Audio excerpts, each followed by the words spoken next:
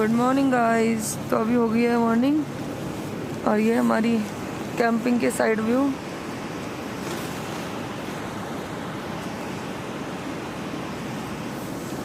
और ये अपनी कैंपिंग हुई थी रात यहाँ पे।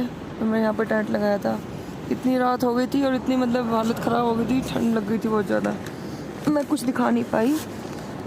ये देखो ये हमारा टेंट और ये साइड व्यू।